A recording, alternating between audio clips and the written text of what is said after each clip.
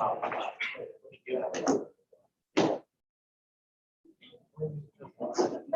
that I'll do any good.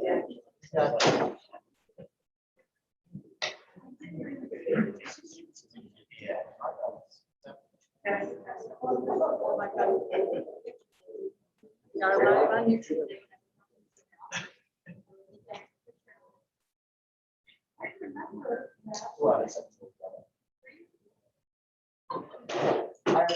Let's call the Isabella County Board of Commissioners work session hybrid meeting to order. Please everyone stand. Pledge of allegiance. I pledge allegiance to the flag of the United States of America and to the republic for which it stands, one nation, under God, indivisible, with liberty and justice for all.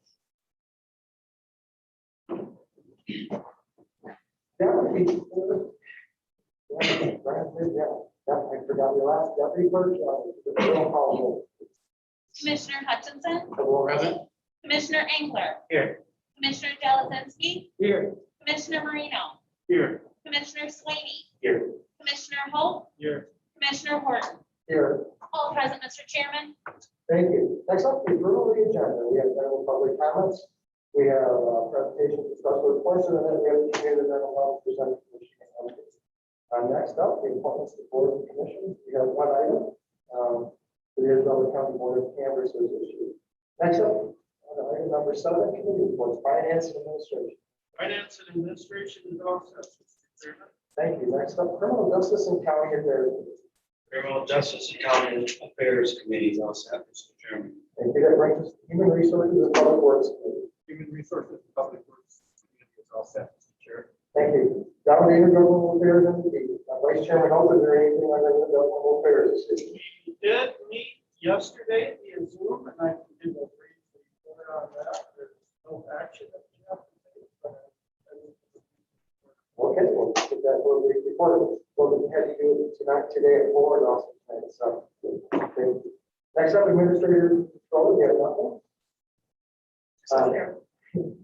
Bring us some unfinished business that we have no idea. Next new business, we have several. First off, is consider approving the Isabella County fiscal year 2022 budget resolution and annual appropriations act resolution.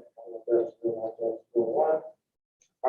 2% requests, and then also dealing with our ad hoc committee one selecting the applicants, and then B scheduling the budget for the purpose of finance. That brings down the general public comments, announcements, and adjournment. So if you could, I would get a motion and support for the approval of the agenda with the addition of the intergovernmental affairs report. So moved as amended. Support, Jelazinski. We have a motion and support for the agenda. Before we move on to the vote, I'd like to remind the commissioner that I got to do this going through under C and D under the business that is. Those items are redacted, so please be careful if you want to first and don't say it, or if you don't think or anything like that. Okay, so it's going to be really careful. All right, we got a motion to support the approval of the agenda. Any further discussion other than this? All in favor, say aye. Aye. Opposed, the same. We have an agenda. Next up, general public comments. First, we'll go to the general public here in live audience. You're limited to 3 minutes on speaking, and your name and address to sign it. We are anybody for general public comment to our audience. Hearing and seeing that, we'll move back to the virtual audience. Anybody there? We do not at this time, Mr. Chairman. Okay. Then we will close the virtual component of public comment and move down to presentation discussion report. First up, community mental health for Central Michigan City MHCF update. Executive John, always skilled the game over message. Very good. I always say I see it all the time, and it's all program for Jennifer with that one.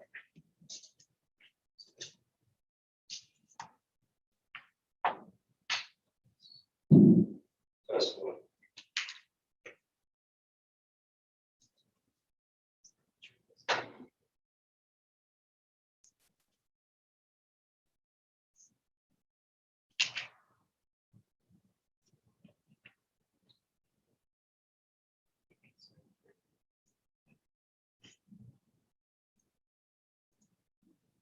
Would that work?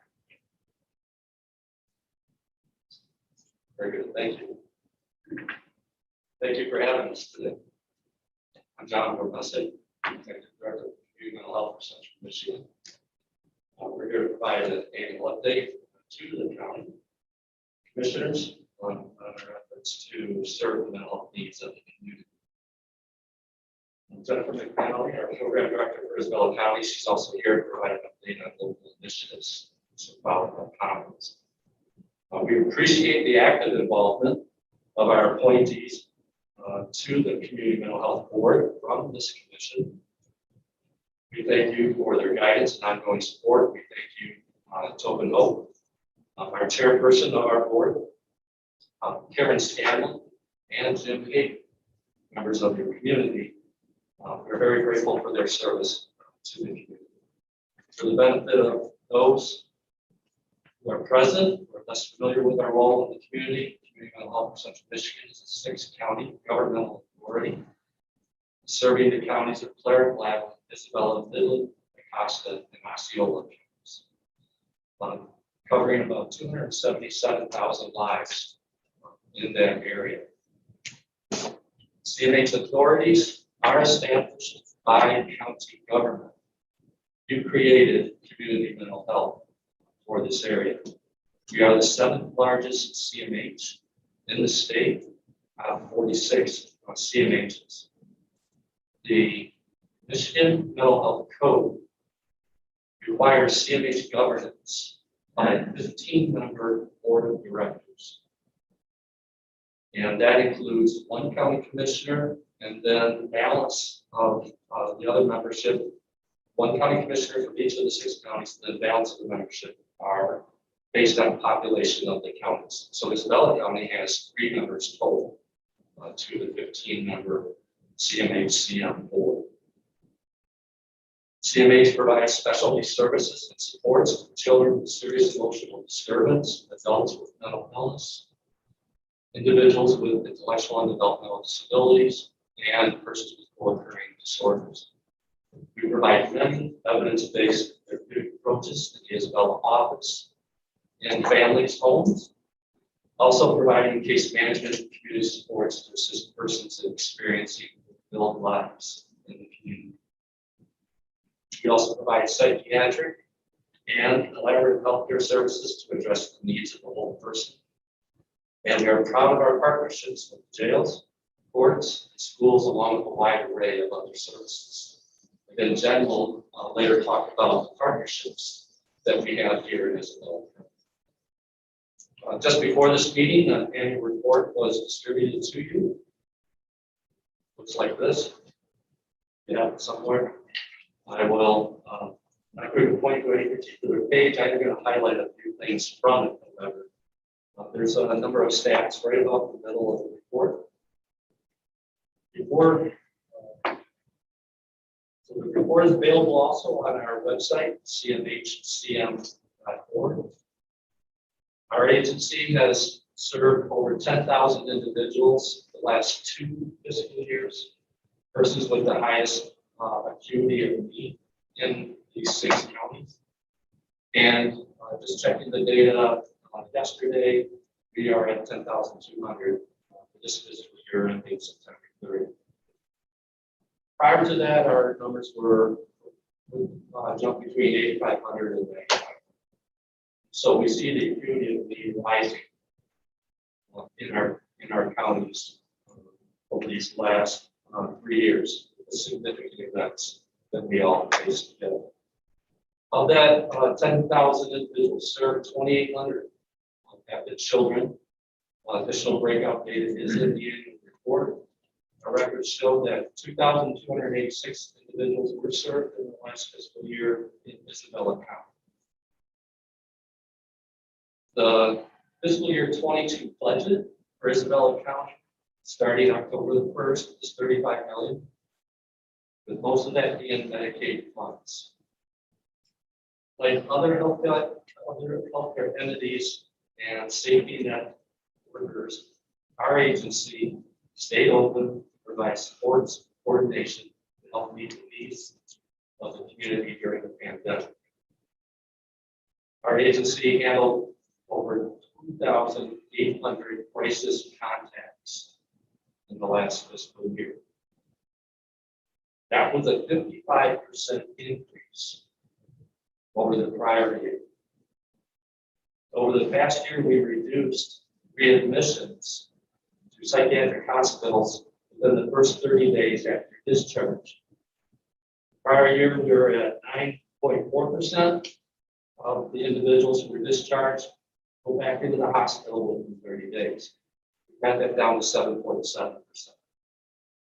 And using targeted efforts, we have reduced the number of individuals who are have high utilization of the emergency department. We reduced it by a third over the last 12 months. So before Jen shares her comments with you, I have one request of the county commission today. And that is to support a resolution to oppose two legislative proposals that have been introduced in both the Senate and the House. A draft resolution was forwarded to you. I apologize. We just did the finishing touches on the template on Friday, so that it wasn't in time to make the packet. We are seeking your consideration and adoption of the resolution that our board, Community Mental Health for Central Michigan, adopted last Thursday through its executive committee. In short, the two packages, one in the Senate, one in the House, would undermine local control of the public behavioral health system and result in less dollars coming into our communities. There are many that have voiced opposition to these bill packages, including MAC, law enforcement leadership associations, and advocacy organizations. The opposition is due to the proposed loss of control and transfer of over $3 billion to the Medicaid health plans and giving them control. Recently, the state's actuary, Milliman, did a survey of, I think it was 36 states. Michigan came in second to last.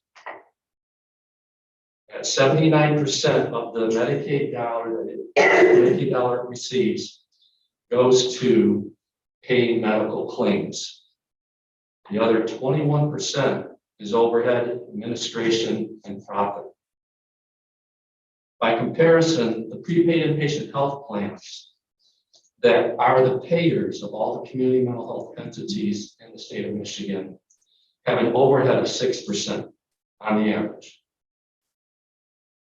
That is a significant difference that we can calculate out to be $450 million if the $3 billion in public mental health dollars are transferred over to the control of the Medicaid health plans. We can't afford to have that amount of money to be withheld from the needs of this community and the state. Our agency and our staff who serve this community have felt supported by the investments adopted by your board appointees. I've been with the agency going on 30 years, and I can't tell you how supportive, understanding, and involved the board is to help serve the needs and provide feedback to guide our policies, guide our practices, and challenge our approaches. We sincerely appreciate the individuals that you have assigned over the years. We have also valued, because of those investments, the partnerships and the added services that have resulted from board action. So I would encourage you to consider the resolution that will be shared with you shortly, and we'll be happy to answer any questions that you have. In closing on my part, our agency has served the community for over 50 years as the public behavioral health safety net for persons with severe needs. We are embarking on a 2-year process to enhance our role using federal funding to serve persons with mild and moderate needs as well. and especially people who are uninsured and underinsured to further support the community. Community mental health started with the county government that statutorily created us, and we continue to strengthen the safety net and support all of our community partners. I appreciate your time, and I'll surrender the mic over to Jeff.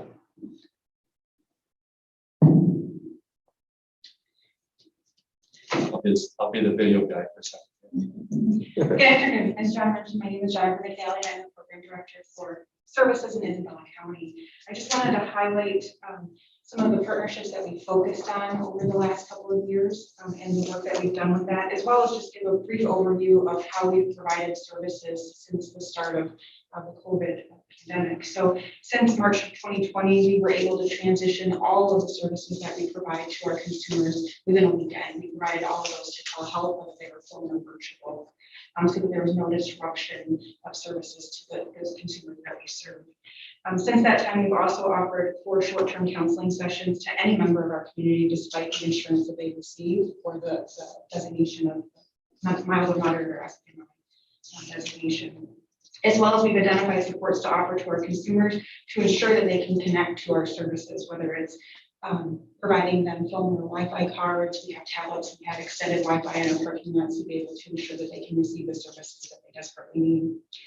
And additionally, just our clubhouse services, which I'll talk a little bit more about, but just transitioning to all of those virtual services, we've been offering a daily lunch service so that the members of the clubhouse weren't going without benefits that they needed. So we were delivering lunches across actually 3 counties, with Isabella being primary, and they were able to increase their monthly contacts and outreach from about 200 contacts a month to over 1,600 contacts with their members a month. So they were really working hard during this time. The 2 areas that I really want to spend some time focusing on that we've worked hard with over the last couple of years are our jail services and our youth intervention services. So with our jail services, in January of 2020, we partnered with law enforcement to provide 2 one-day trainings to any law enforcement officer within Isabella County. We had 80 members of law enforcement approximately participate within those trainings from the 5 law enforcement agencies. We were able to model the CIT law enforcement training protocol and educate those members on mental health and treatment, how to intervene in a mental health crisis call, the services that Community Mental Health for Central Michigan provides, as well as having a consumer panel talk about the services and the interventions that they've received. And we had all of the members participate in role plays on responding to mental health calls in the community. We received exceptional feedback on that training and actually just met this afternoon to start our planning for our next training, which we're hoping for in January of 2022, with 3 days of law enforcement training. We additionally have a supervisor who participates with law enforcement emergency services team and the hostage negotiation team to support the community and provide additional mental health services. On January 19th of this year, 2021, we were able to add a full-time jail diversion specialist staff to our Isabella team. Kyle Weaver has rejoined the Isabella team and provides the following services within the jail setting. He assesses jail intakes for jail diversion services, which identifies if a new intake into the jail may need mental health hospitalization instead of incarceration due to significant mental health concerns or psychosis at the time of arrest. He assesses inmates who have been placed on suicide watch and determines if they can return to the general population. He meets inmates for counseling sessions, and they're able to send messages if they need those additional therapy services. Provides inmates with therapeutic materials such as DBT handouts, grounding techniques, anxiety skills, how to cope with things. And connects with jail staff to determine if there's mental health concerns with inmates who may benefit from talking with them. Presently, he's running 4 groups within the jail. 2 are life plan groups, one primarily with males and one on females, and then 2 substance use disorder groups, one for male and female groups. And then he also just links between case holders at community mental health as well as technical services that he provides in the jail to make sure that there's open communication happening and that we can coordinate discharge planning services as well. In fiscal year 21, we provided 81 free booking jail diversion services for 71 consumers, and we provided 258 post-booking jail diversion services for 125 consumers. So as noted in the annual report, you can see that our jail diversion services have increased tremendously over the last fiscal year. Switching to our community or children and youth services, our youth intervention services. In 2018, I had mentioned when I did a presentation that we added a youth intervention specialist position to Isabella County, and the youth intervention services include providing mental health and juvenile justice training, assessment, and diversion services. They assist youth with mental health crises and issues that result in increased student attendance at school, which is able to report directly to the school and intervene, improve behavior, and reduce discipline in the schools. During the spring of 2021, we were able to add a second youth intervention specialist to Isabella County to meet the high demands and requests of the services that we were providing. So since March of 2020, our youth intervention specialists have provided the following presentation in addition to the daily contacts and screens that they're providing. They're able to do a video presentation on self-care and mindfulness for students and parents, a 4-week diversity series with Shepherd's Project Career, offered a virtual night about youth intervention services program to parents. They created some short video clips on depression with coping skills for Shepherd Elementary, activated youth mental health first aid trainings, provided virtual engagement groups for elementary students, providing virtual motion group for elementary students and life skill group for high school students. And they are additionally providing additional peer-to-peer groups and one-on-one education for students as well. We are working on expanding the service to preschools and early childhood centers to be able to intervene at an earlier age. And then we continue in our children and family services to offer outpatient therapy, home-based therapy, infant mental health, and multi-systemic therapy services to family and children within our community to address those needs.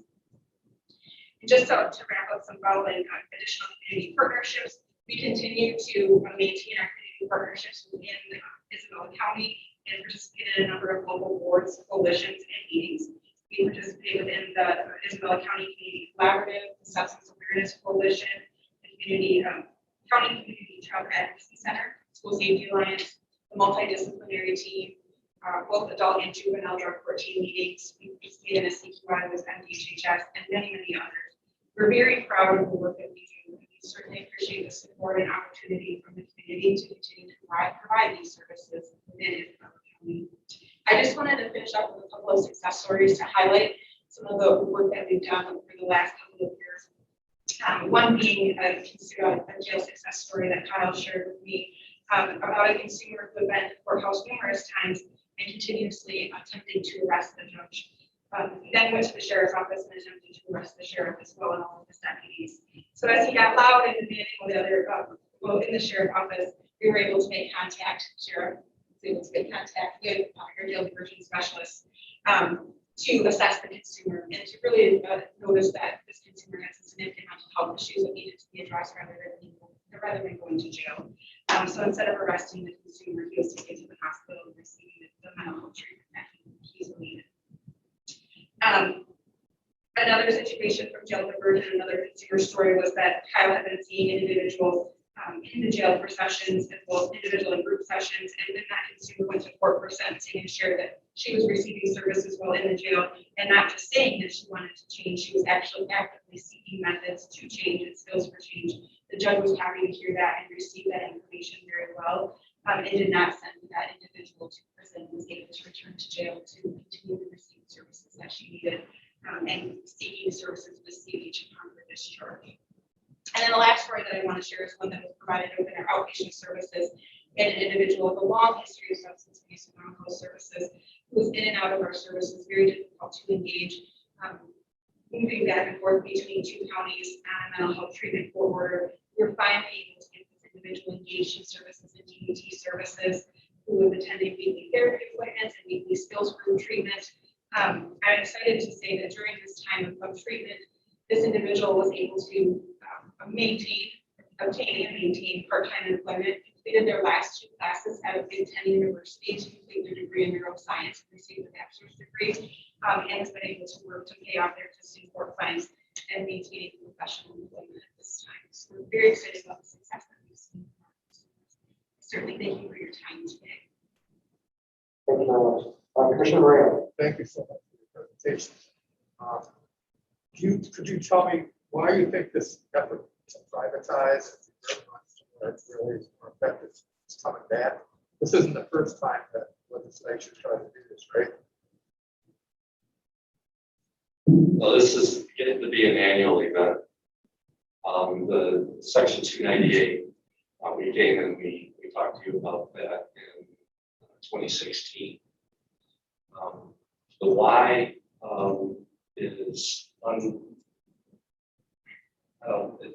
It's undetermined why, other than the dollars. You have $3 billion, and you have organization that is either for-profit or not-for-profit, but has a surplus with very large salaries. I mean, the point out the leadership on that, but it doesn't make sense to siphon dollars away from the safety net of our community, where we are serving the most severe and high acuity needs, and to pull that away just doesn't play well for the safety of individuals that we serve. We need to make sure we have appropriate coverage and appropriate partnerships in our community. So that's a very tough question on the why, because Commissioner Marino, I just, it doesn't make sense. Yeah, I mean, what I mean by that is time and time again, the legislature has seen the opposition to this from all kinds of organizations, and taxpayers and so forth. So that's why. Thank you. Thank you.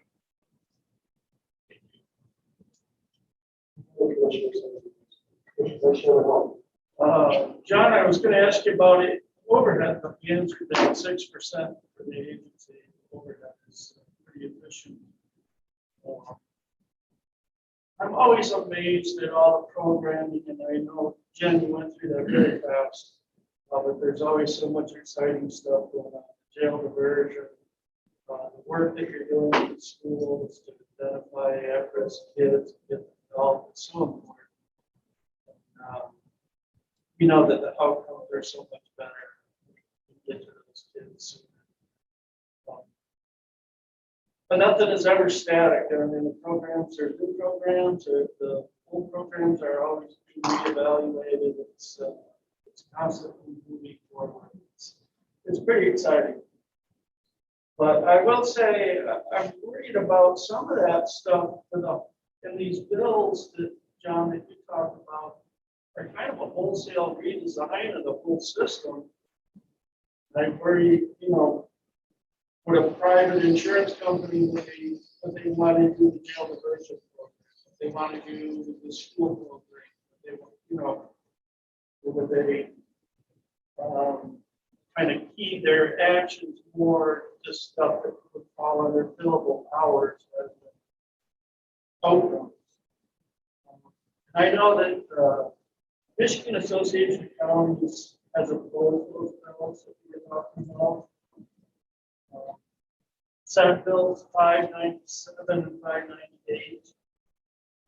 In the communication last Friday from their legislative update, 917, we said these bills would shift administration of Medicaid mental health services to private health plans through the creation of specialty integrated plans. Then it goes on to say MAC has long opposed the shift to a private health plan and supports local governance and accountability rooted in the mental health. This structure allows partnerships across county-based services, including responding to those who come in contact with the county sheriff department and or jail, local court system, juvenile system, health department, or local hospital. And I would just add schools to that as well. So I hope that, I know the board won't consider the resolution tonight, but I hope in the future that we do. And I thank you. Thank you. I just like to echo what the commissioners have said about Commissioner Moreno. I agree. It's a mental health is a touch issue. We need to be directly involved. Bring outside of one of outside of persons when you come around with the folks that you truly don't deserve that. And so I agree with what commissioners. We've seen it before. It's an important fortunate that guys. I'm really sure. Okay, and nothing else. Thank you very, very much for your time. Thank you. Very informative. Thank you. We enjoy telling you great things that are happening. Okay, we'll round out the appointments for board. Commissioner Swain is invited to look at this.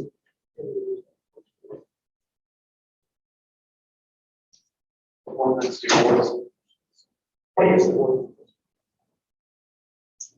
Consider appointing one Republican Party member and one Democratic Party member using ballot provided at meeting to serve on Lisbon County Board of Canvassers for a 4-year term ending October 31st, 2025. Did you have anything to add with this, or? The county clerk will be updating this evening with ballots for the commissioners to vote. You're taking up the agenda, we'll have to look at that, we haven't had a chance to look at that, we do. So,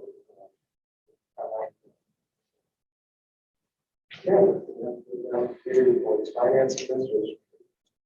Thank you, Mr. Chairman, first up, consider ratifying and placing on file the September 3rd, 2021 invoice list in the amount of $189,229.47. September 10th, 2021 invoice list in the amount of $202,942.40. And the adjustment list dated September 16th, 2021. One at a time, the first list, September 3rd, got our Verizon Wireless charges, our HATS bi-weekly animal control contract payment. We're going to talk about it in a few minutes here. On the credit card charges, river project Fisher Annex property taxes, $5,000.72, and this would be a good time to mention that we lease a huge section of riverfront property that adjoins Deerfield Park from the Fisher family, and they continued that lease basically at the amount of what it cost for the taxes for many years. And now we thank them for continuing to do that. Moving on, we've got WellPass LLC that provides monthly medical services to the sheriff's department for the jail inmates. $35,593. $7,416.21 for Right Express monthly gasoline credit card charges. And then the August district probate court transfers in the amount of $25,343.38. The September 10th list, and these are the over $5,000 items that I'm leaving here on the top of page 1. But Mid-State Health Network, $58,000 for the third quarter PAQ fund for substance abuse, and then the Preston Community Services, $11,500 for our monthly equalization contract with Preston. State of Michigan, $8,003 for August circuit court transmittals. And then the McBride quality care charges, the $38,130 that we pay monthly. And then $7,000 for non-secure services for 1 year. In the adjustment list, we have word food service that we paid early to avoid to initiate that discount, early payment discount, and then just one invoice that was increased due to an entry there, small entry there. That covers those. Any of the commissioners have any questions?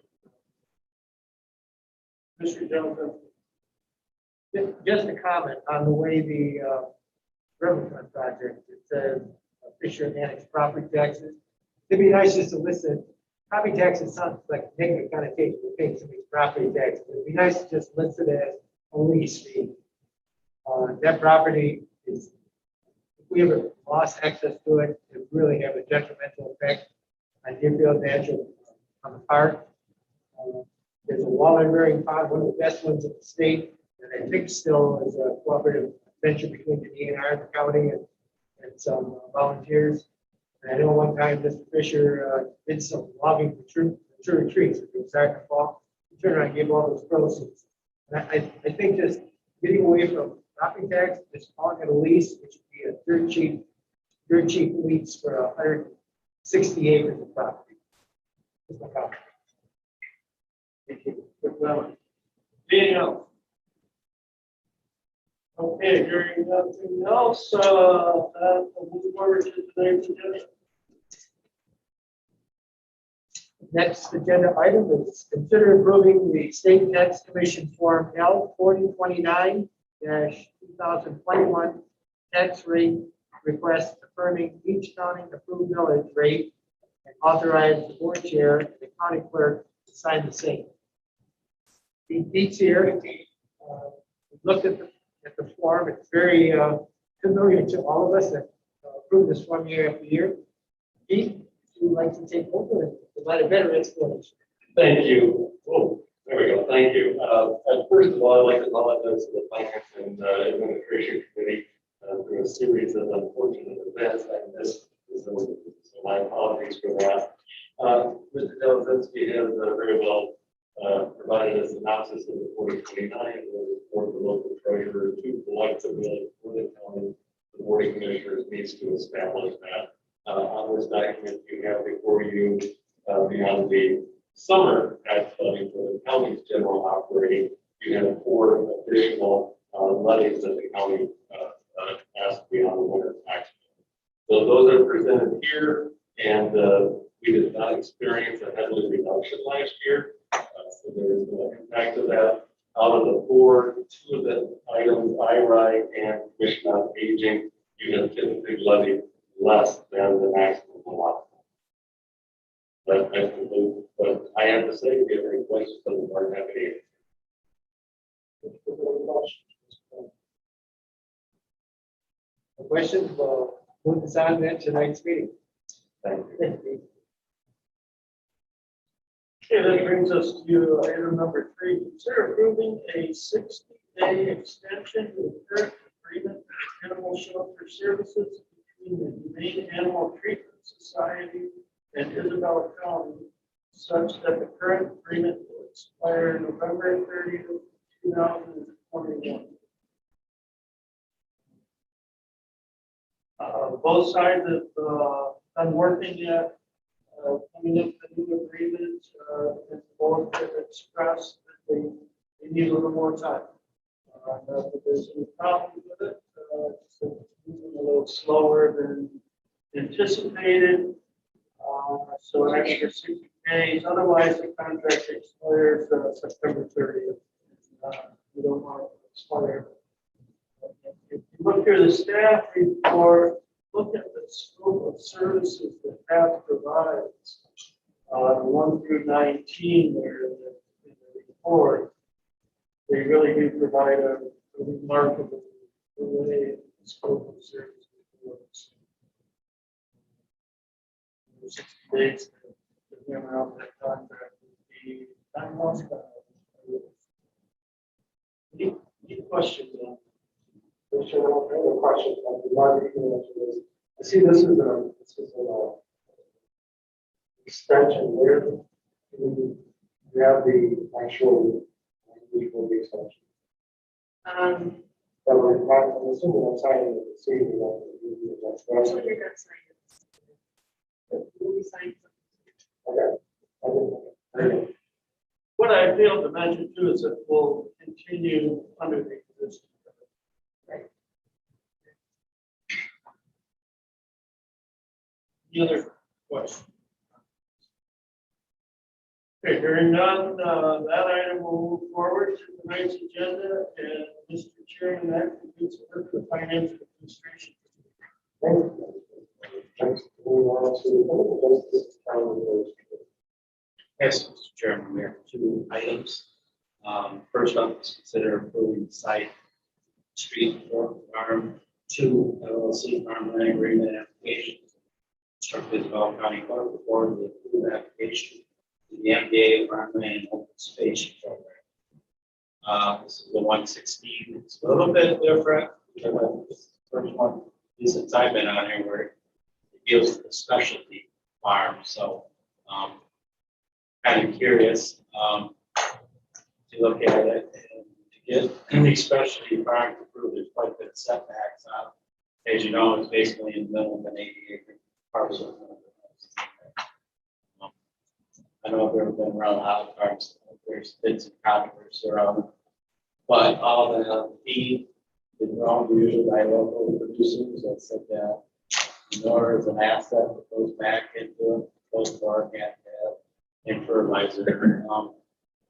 Also, through committee, we didn't see anything wrong with the application. Did get an email from the planning commission said that they did not see any problems in their unapproved minutes. So I guess if there's any questions, I guess. Any questions? See, none, we'll move this forward to tonight's session. All right, item number 2, consider approving the agreement for attorney services for indigent individuals at contract effective October 1st, 2021 through September 30th to operate for insurance clients. All right, so is a public defender. Thomas, how is here? I did this last time. Sorry, Director Alvin. That's fine. I'm here. Yes, just to briefly describe, this is essentially a re-entering of the yearly contract with the managed assigned counsel attorneys as part of our compliance plan with MIDC. Probably we're at the hard time area. Let's keep close to this. What's that? Oh, we were just asking you if you could speak up or get the mic closer. We're having a hard time hearing you. Okay. Yes, as part of our compliance plan with MIDC, the public defender's office handles 75% of all criminal cases, and we have this the managed assigned counsel contract to handle the additional 25%. They also handle non-MIDC controlled cases such as juvenile delinquency, mental health petitions, the neglect and abuse docket in probate court. The 25% essentially accounts for cases that we cannot handle when so we can't represent two opposing sides in one case. So these attorneys on this contract essentially cover that extra 25%. The only change from the contract from last year would be one of the attorneys who is a long-time member of that contract, Mr. Tom Brummel, unfortunately, late spring, suffered a stroke, and he is unable to continue on this contract. Unfortunately, I have been in contact with him. He is doing physical therapy. He just wasn't able to continue. We were able to add another attorney, local attorney, onto the contract, Kyle DeClue, that we added on a few months ago. He's doing an outstanding job. Those are essentially the only changes from the contract from last year to this year. All right, thank you, guys. Is there any questions for him? If you have questions, we can move on to the regular session. Thank you. Justice affairs, Mr. Chairman. Thank you, gentlemen. Next up, human resources. Thank you, Mr. Chair. The first item is consider approving the grant application requesting funds from the Mount Pleasant Area Community Foundation, the amount of $50,000 for the Chippewa River Erosion Relaunch Project authorize the board chair to sign the same. Yes, we're talking about it, that's the- here's the plan. We're talking. Thank you. Good evening. This is another grant that we're putting in for the emotion project as stated in my staff report. As you know, we went out to bid and bids came in, well, a bid came in and was not qualified, but also came in very high. So we're trying to raise additional funds and then we're going to rebid it, hopefully having a little bit better luck. Spicer thinks that that would be a better, more competitive time to do the bid, and we're pretty optimistic that we should get some qualified bidders that come January. So this is just the assurance to put in the application. We haven't put it in yet. And the Culinary Community Foundation requires this assurance by the chairman to sign this, the form that is attached to move ahead with applying for these funds. So we haven't gotten the funds yet. This is just to apply. Right, there's some pricing issues on the supplies. I mean, the materials that needed started with that. Because this has been- Oh, yes, yes. When it was budgeted and now who knew that things were going to be, we're saying 30 to 40% higher. And in our case, it was almost 4 times as high. So in the fall, I mean, Spicer said that they were dealing with that with other bids that were going in at this time. So their feedback was a little bit more reassuring that maybe in January, they could better bid. Does anybody have any questions or concerns about this issue, please? Okay. Move on to the next slide. Thank you. Number 2, consider approving the grant agreement between the Michigan Department of Military and Veterans Affairs and Michigan Veterans Affairs Agency and the Isabel County in the amount of $75,000 for enhanced veteran services operations and authorize the board chair to sign this. This is a program that oh, okay, thank you. Go ahead, Ian. Yeah, thank you, Mr. Chair. Can you get everybody hear me okay? Yes, okay.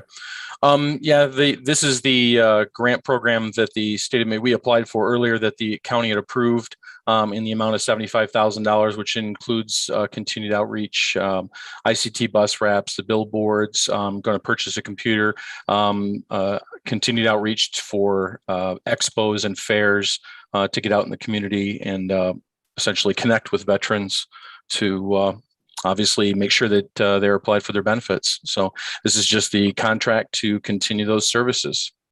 So commissioners have any questions? Yes, sir.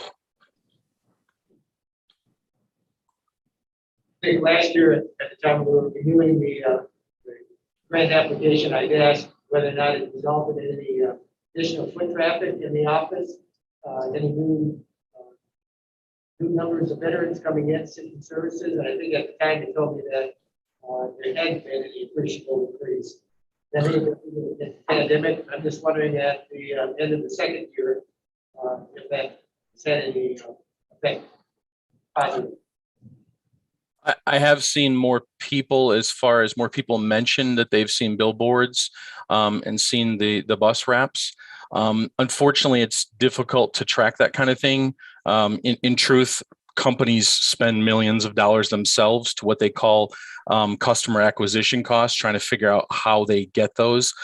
We have a very limited budget. To be honest with you, I have no way of quantifying how much traffic has actually come in specifically as a result of the advertising. It's a very difficult thing to do. People have entire careers for that kind of thing. So like I said, I've heard more people mention that they've seen the billboards and ads than originally in the first year. But has it been a ton? To be honest with you, not a terrible lot. I think it's a combination between going to fairs, getting out in the community, the billboards. It's kind of saturation is what we have to do as much as we can to get people to come in. So does that answer your question? Yeah, thank you very much. Okay. whoever's next. Can I say that I was out at the state fair or county fair several days, and I saw that you had a very strong presence there. I thought I had quite a bit of traffic at your booth. Yeah, I was really impressed. I'm kind of disappointed myself that I hadn't gone earlier. That would have been a huge benefit to us in the past. So we'll definitely be going to that every single year. Sometimes expos and fairs can be a disappointment because I may only see a couple of people. Isabella County Fair, just in 2 days, I saw a lot of people. So it was definitely a huge benefit to the community. I'll probably be spending an entire week there in the coming years, or at least several days beyond just the 2 days I went. I saw a lot of people. Honestly, I haven't seen as many people come back. I had a lot of people interested, and they haven't come as much, which is surprising to me because a lot of people genuinely said, yes, I need to apply. Yes, I need to apply. So I hope those people will come in and apply, and they just haven't done so as of yet. But it was beneficial for sure. Administrative. Yes, Margaret. First of all, for everyone who doesn't know or does know or not, we have a Veterans Affairs committee that is appointed by the Board of Commissioners, and they oversee the Veterans Office pretty much. Ian, of course, we work with Ian, we help Ian. Ian comes to our leadership meetings, and Ian's part of our team. But Ian reports to those 3 individuals, and according to the statute, they're the persons who hire that person. I will say this, that the Michigan Department of Military and Veterans Affairs obviously has approved this grant. They're supportive. It is hard.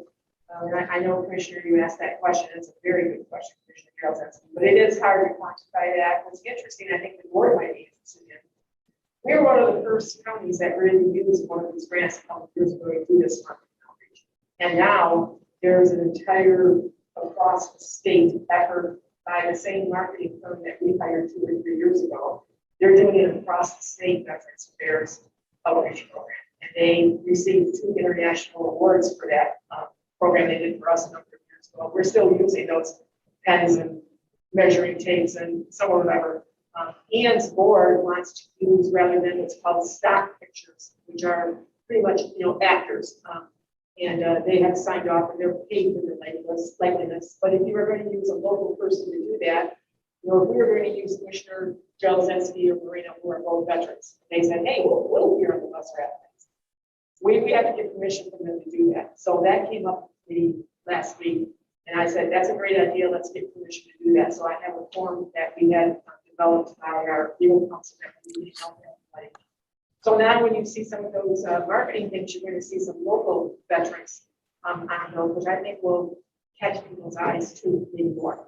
So I just want to say that the campaign obviously is supported by the Michigan Department of Military Affairs, where they would be granting us the grant. And the fact that this marketing program in Isabella County has been seen across the state, and now other counties want to do that. I was on a statewide call a few weeks ago, and I know that Ian has talked to a couple of people since then.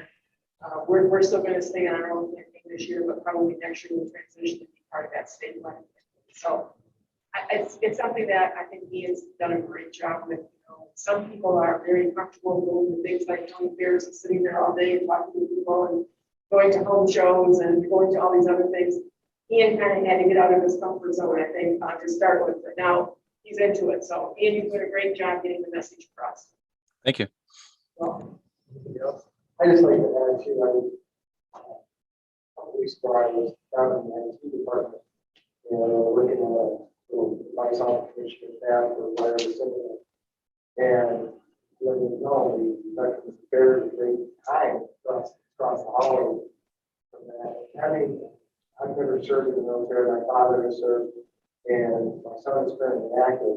And seeing some of the memorials there, really, it had if I wasn't appreciated military, I was, seeing those sacrifices of those in the community, it was humbling. It was I encourage anybody that then to Veterans Affairs, if you're a veteran, I would encourage you to go. If you're not, appreciate what's down there. It's in, as we call it, it's the county building, but it's certainly the penthouse of my heart. It's very, very worthwhile. That's all I have.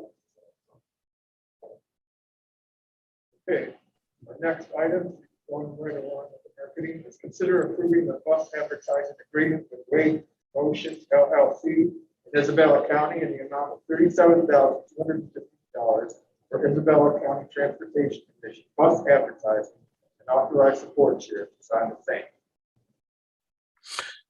Yeah, so obviously this is actually the bus wrap that's built into that $75,000 contract agreement. So we're kind of piggybacking those right away to get things rolling so there's no disruption in service.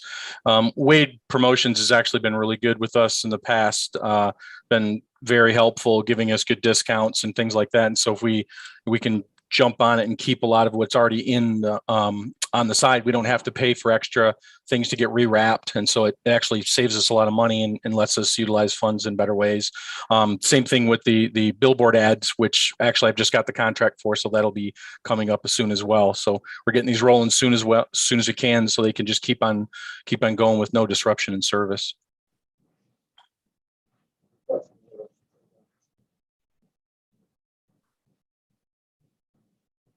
Okay.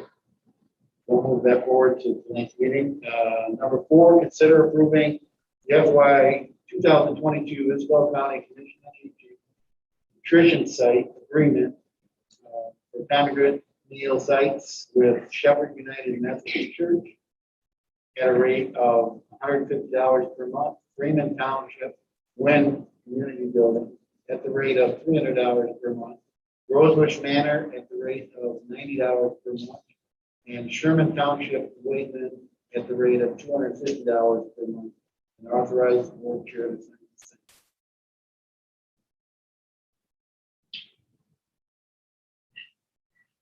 the same. Jennifer Crawford, the Commissioner Director is here.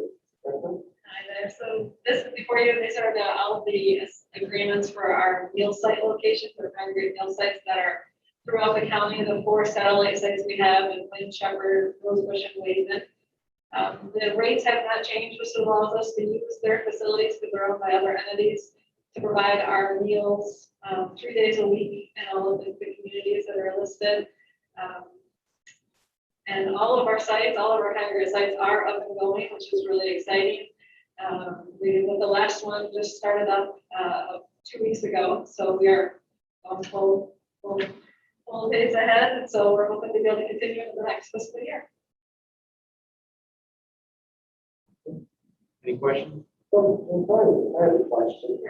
Where is the, I know we just finally got the last one up and running that July ago again. What is the occupancy, or what is the normal occupancy? How many people show up? Sure. It varies by day, and honestly, it varies by the activity that's planned for the day. And so our meal site facilitators have been doing a really great job of trying to boost the numbers of participants. So for example, on the days that we have music, or when we can get a group to come in and actually play, we always see an increase in those numbers. But I would say some of our outlying sites, like the Shepherd, the Wynn, Waitman, it would be normal to have 10 to 15 come daily, but when we have music, I think one of the last times when they had a music group, there were over 20. Here at our site here, of course, we have a lot more that are here daily. I would say we're probably around 30 here a day for lunch, if not more. And again, just depending on the activity that we have, we're really trying to boost those numbers. And our meal site facilitators, we've got licenses so they can play movies out of the different sites. We're not just here. They want cornhole boards recently, and just trying to get new things just to get people active and wanting to come out. And how do you plan the amount of meals that go on? Is there a regulated status, or how do you normally do that? Yes, so for the in-person meals, we do ask for 24 hours notice for people who just call and RSVP here.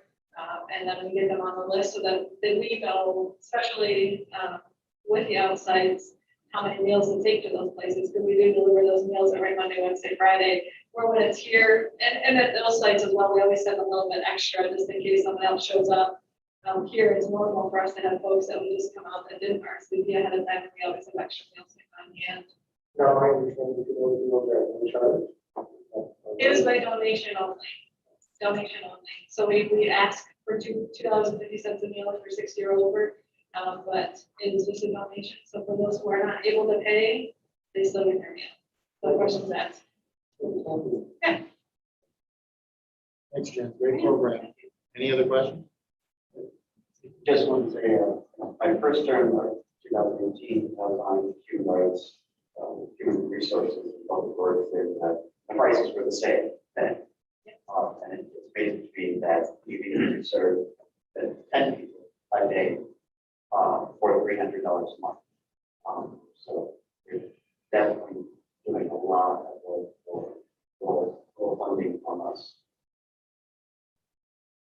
Yeah, it's amazing that the more I get into this, just the different programs and how many people you're actually touching. Wonderful. Thank you. We had a lot of fun. We'll move that forward to the next. Okay, our final item is consider approving the FY 2022 Isabella County Commission on Aging Nutritional Needs. Consider approving the Region 7 Area Agency on Aging purchase of service provider agreement with vendor and COVID-19 premium pay for in-law providers funding sources 801-202-992 and authorize the board chair to sign the same. Explain this for us. Absolutely. So this is, we brought multiple amendments to this agreement forward this year. So this, it might not be the last, so maybe with another one, I'm not sure. So this is an addendum to our existing waiver agreement with Region 7 Area Agency on Aging. So it's for our in-home programs. And so basically with this one, what sets this one apart from the others is this allows us to provide the premium pay for their supplemental funds that they receive. For the other ones, it was just the normal waiver funding. And so now with these ones, there is it's called a tobacco settlement fund that we're able to provide respite care under. And so we do have some staff that we've been providing those services under that fund. And until this addendum, we were not able to provide the premium pay for the staff that were providing that care. So this will allow us to do that for the rest of this fiscal year. So that helps people who are caring. Absolutely.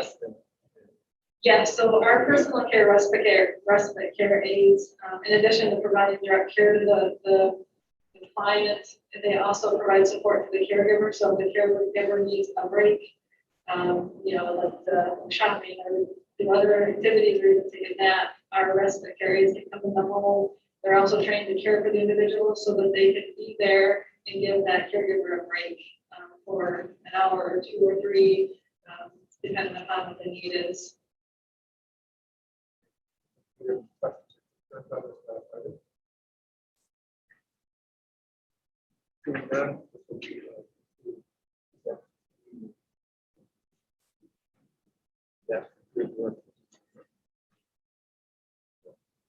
Hey, thank you, gentlemen. Nice stuff. You've got a little there, and we do have something this afternoon.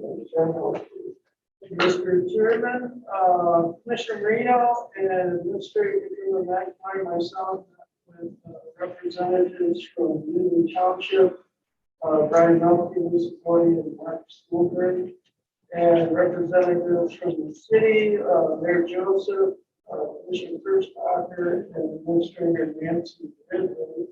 We met via Zoom. Margaret gave a very good update on the Sheriff's Office Correctional Facility project. I'll like to break ground this fall, but if they may not be possible. Each unit gave a little update on how they're dealing with COVID. The township is fully open, and not requiring masks. The city is requiring masks inside buildings. A lot of their meetings are virtual. They have not had a city employee that's positive for some time. And of course, here at the county, we're requiring masks in all the buildings, virtual committee meetings. The board of commissioners are meeting in person. We have had 2 positive cases amongst our employees. And have limited access to the county building and stationed a court officer there and help people as they come into the building. We'd like to keep doing this because that's worked very well. Mark gave an update on the Mid-Michigan Aquatic Center, Recreation Authority, and that group has met at least once a month. They're currently working on getting a federal tax ID number and other administrative issues. And all of their board, he said, are supportive and actively involved in that effort. So that's kind of an exciting effort going on in the community. Talk a little bit about American Rescue Plan dollars, the overall consensus by all those jurisdictions, kind of a wait and see attitude. We've got plenty of time to spend that money. Looking at different initiatives, I don't want to duplicate efforts, and all have expressed interest in our organizations working together to not duplicate efforts. New city manager update. Nancy told us that Monday, October 18th, new city manager Aaron Descent, if I'm saying that name correctly, will start, and Nancy will work with him for a couple of weeks before she moves on.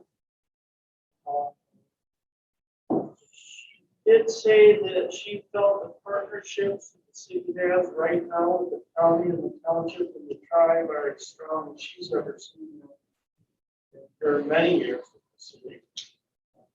That was good.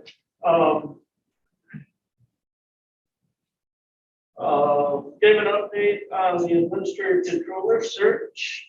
Talk about where we're at with that, which I won't go into, but we're going to talk about that here shortly. And we kind of, everyone let Mark Stuber know that he's going to have to kind of take the baton and keep that group together with both Margaret and Nancy leading. And he's more than willing to do that. I'll just add that Mayor Joseph thanked us for keeping the emergency order in place, allows them to do a lot of their meetings with them. So we're going to just relay that to the board. Mr. Chairman, that about covers it. It was a good meeting. Mr. Marino, I don't know if you want to add anything to that or no? That was really good. We had a good discussion. Thank you, Raj. You got a good presentation. Next up, nothing under administrative controller reports. So just item number 8, unfinished business. We have no items. That brings us under new business. We have several items. So item number 8, Commissioner Jones. Item A, consider approving the Isabella County fiscal year 2022 budget resolution and general appropriations act resolution number 21-09-01. This basically, I think this basically is just, our introduction to that, we have a public hearing at 7, and after that, we'll have a chance then to approve and hopefully support the budget for 2022. I don't know, Jerry, or anybody has any questions or additions or anything? We'll have probably our discussion on this evening, but I don't know, Margaret wants to add anything? No, it's just to make sure it's on the evening agenda, which is on the agenda that was sent out. And this is kind of the way we do business. We consider stuff now and it is on the evening agenda. So after the public hearing, it will be on the agenda. We'll move this forward. very good. Next up, Commissioner Moreno, you remind me of the Consider the following Saginaw, Chippewa, Indian Tribe of Michigan Falls 2021 semi-annual 2% request. Reviewed and assessed by the Board of Commissioners Standing Committees. First item is Central Michigan District Health Department requesting $14,756 for the continuation of water sampling and contamination investigation at Isabel Beaches. Next item, Commission on Aging requesting $514,348 for program and services. Next, we have Humane Animal Treatment Society ads requesting $17,680 for pet microchip initiative. Next, we have the Material Recovery Facility requesting $100,000 for the recycling program. Second to last, we have Sheriff's Office requesting $80,282.40 for the hazardous materials team, SCEM. Finally, we have the trial court requesting $40,000 for adult probation department and trial services supervision.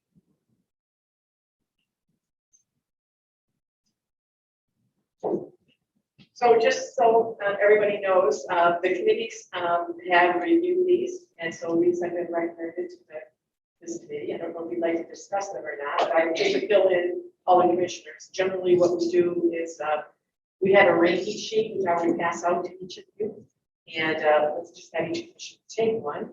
And between the meetings, if you would fill that out and give it back to me before everybody leaves between the meetings, then I'll be able to total them up. But when you do the ranking, please remember over there on the far right in red, it says that rank 1 through 4, with 1 being the highest and 4 being the lowest. So you don't have to rank the 6 of them and decide which order to put them in. Just rank each one a 1, 2, 3, or 4, and everybody will score those. So if the committee wants to, if the board wants to discuss them, you certainly can now, or if you feel like you got enough information from the committee meetings, you can move forward and rank them whatever you prefer. I have a quick question on the material recovery facility. In committee, we discussed 100,000 and broke out and see it. It was broken out on the website, and it was going to be submitted that way with the program. Okay, very good.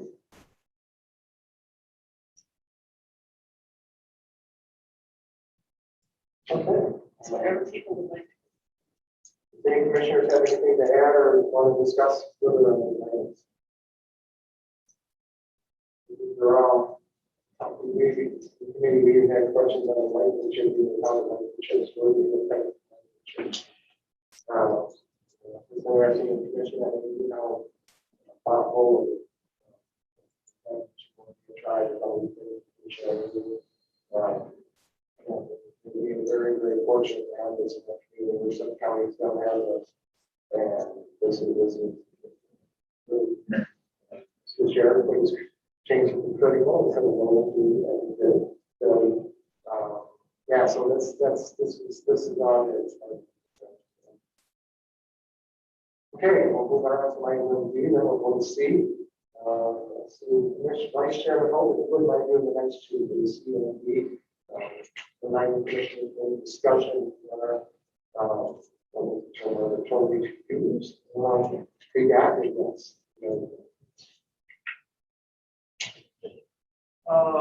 Absolutely. Item C is consider accepting the recommendation from the administrative controller search ad hoc committee to interview the following applicants for the position of Isabella County Administrative Controller applicant C, D, and F. And as Chairman Horton said, we are treating all applicants with confidentiality, just so that we can treat them all the same. Some requested confidentiality, some did not. We're going to, on the advice of our council, we're going to treat them all the same, and it just makes good sense. Treat all the applicants the same, so we're referring to them as A through F.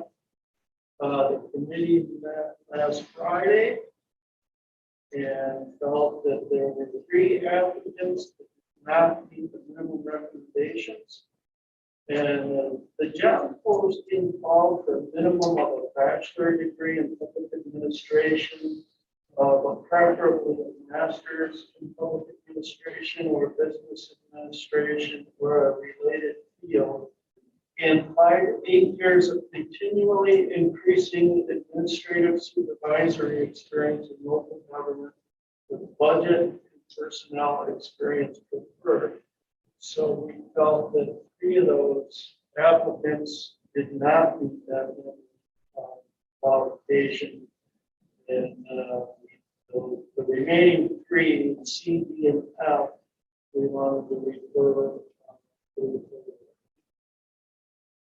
Any questions?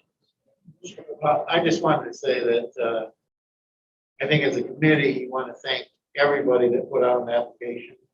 And thought enough that they want to join Isabel County and what we offer. We want to thank everybody there. And I think it was pretty clear to all 3 of us that these are the 3 move forward. Not that the other applications weren't deserving, but these 3 kind of stood out.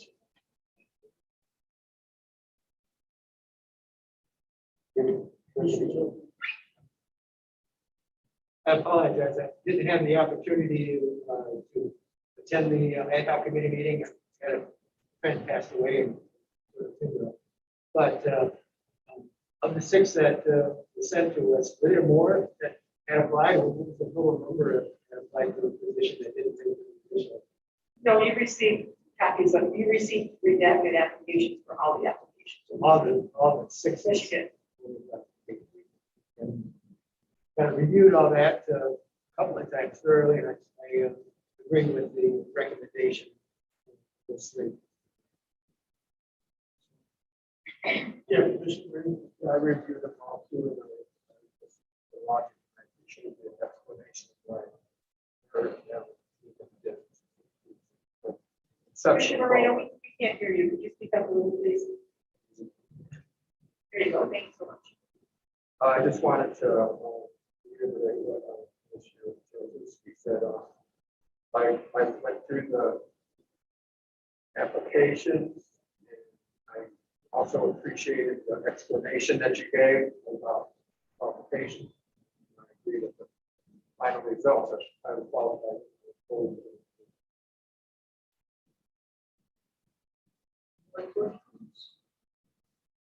I'm very optimistic about this process. I think we had 6 applicants with very accomplished people. We narrowed it down to 3 that I think are very, very good.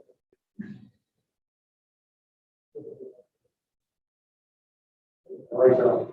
So, Commissioner Paul said, the Bell County is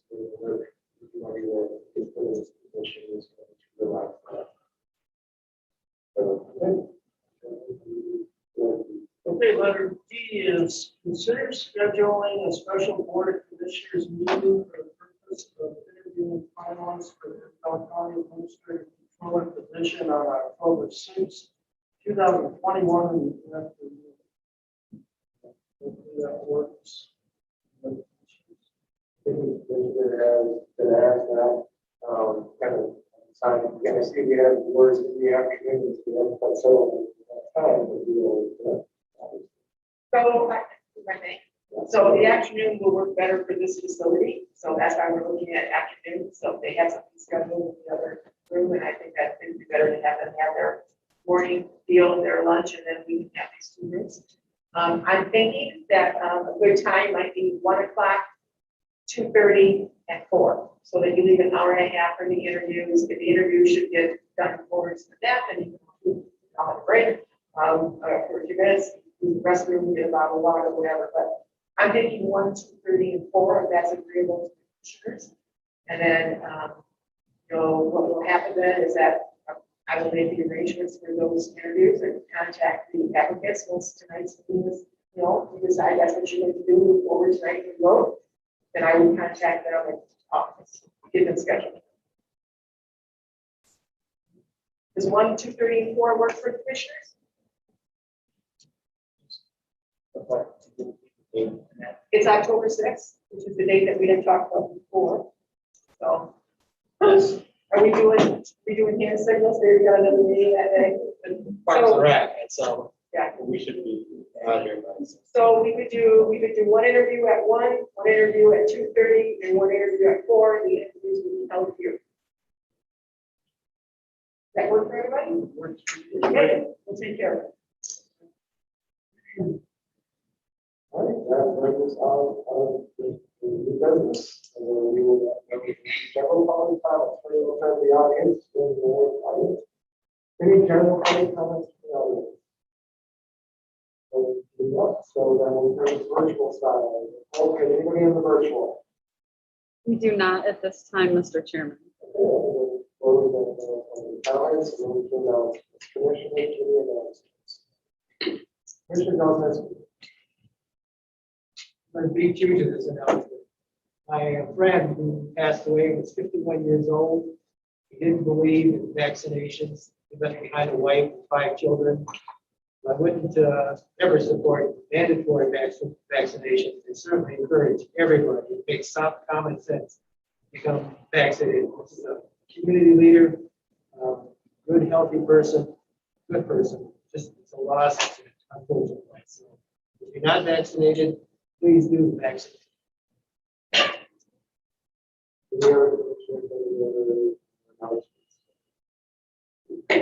I'd like to thank everyone that is involved in this 4 p.m. meeting together. As Commissioner Jones stated, we are in there's a lot of issues. Each commissioner receives emails from constituents and non-constituents, I guess, in regards to masking and mandates and everything like that. And it's we reach story about commissioners, for those school board trustees, and it's a difficult position to do. None of us realize that when we land on this, that we would be forced to having to make decisions, telling people how they're going to live their lives, other than become on this kind of life. Well, it's a difficult situation, and no one likes to mandate, no one likes to tell what they like to do. Sometimes, you know, you just got to look at it and say, no, I'm not going to mandate you. I can ask you to do it. But sometimes you have to put aside your own feelings, do what's best for the town. You know, you have to wear a mask every now and then. Fine, put it on. I don't mask wear. But I'll do it.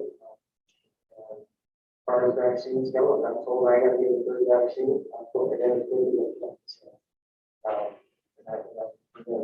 Maybe different in some opinions.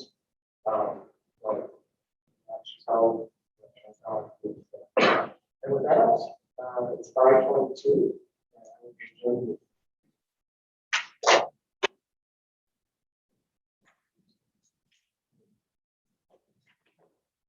Want to add your ranking sheets in to me? Just drop them here on my computer or whatever works for you. Sorry. So hard. Tragic story.